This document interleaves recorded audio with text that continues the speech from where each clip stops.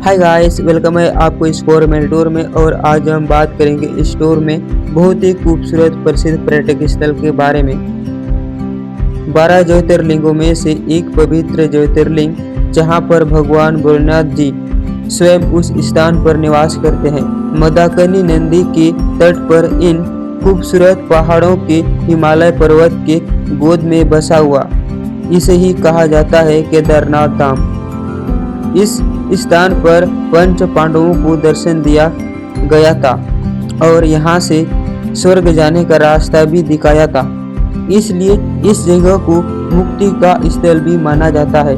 और आपको केदारनाथ तक पहुँचने का क्या सुविधा है और घोड़ा हाथी का क्या कीमत है, हेलीकॉप्टर, खाने की सुविधा, इन सभी का कीमत कितना होगा, टोटल कितना खर्चा होगा, वीडियो में लास्ट तक जरूर देखते रहेंगे। हम आपको सारी जानकारी बताएंगे।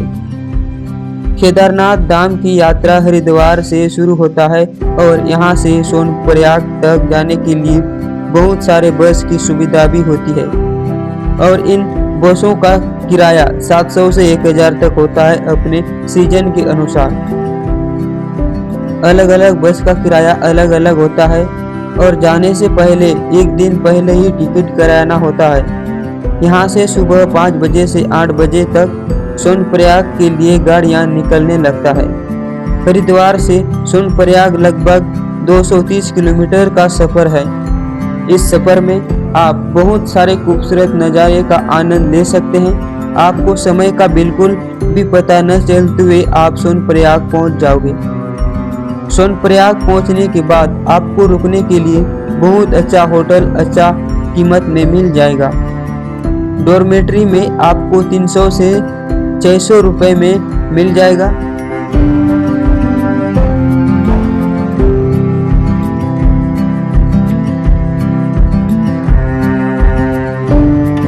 मई और जून में इसका किराया थोड़ा बढ़ जाता है, लगभग 1000 से 1500 तक का होता है। सोनप्रयाग में ही आपको यात्रा रजिस्ट्रेशन चेक करने के बाद आगे भेजा जाता है। ये बात आप और हर टूरिस्ट को पता होना जरूरी है। यात्रा टिकट ऑनलाइन या ऋषिकेश ऑफलाइन भी करना होता है। केदारनाथ धाम का असली यात्रा गौरीकुंड से शुरू होता है और सोनप्रयाग से गौरीकुंड 5 किलोमीटर का दूर पर होता है। आप टैक्सी से 50 से 70 रुपए में पहुंच जाओगे। गौरीकुंड से केदारनाथ धाम का दूरी 16 किलोमीटर दूर बताया जाता है। एक्चुअल में यह 21 किलोमीटर का दूर होता है। आप घोड़ा या खंजर में जाना चाहते हो तो 2 से 3000 में पहुंच जाओगे।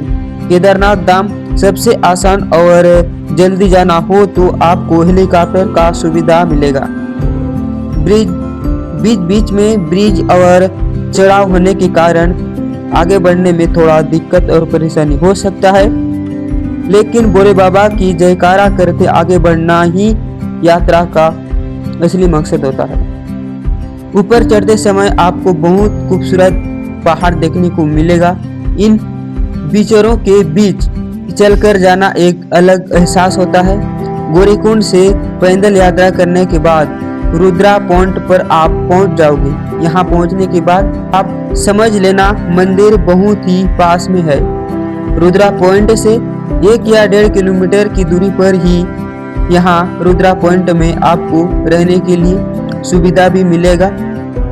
कम से कम 800 से 900 रुपए का पर पर्सन का होता है।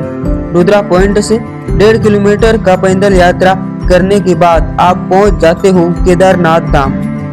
यहाँ पर रुकने के लिए बहुत सारे धर्मशाला भी हैं जो आपको बहुत ही कम समय में और बहुत ही अच्छा आसानी से मिल जाएगा। लेकिन मई और जून में भीड़ ज़्यादा होने के कारण आपको थोड़ा परेशानी और थोड़ा प्राइस भी बढ़ने को देखने को मिलेगा।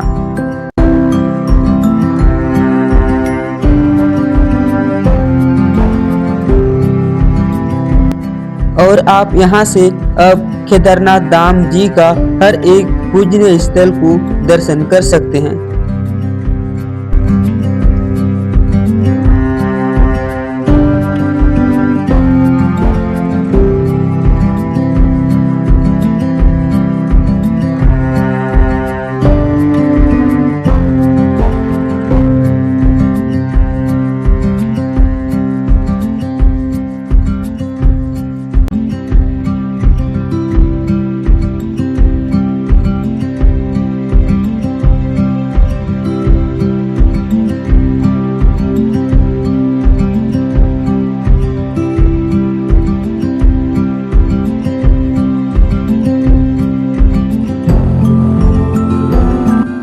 मिलते हैं अगले इस टूर में।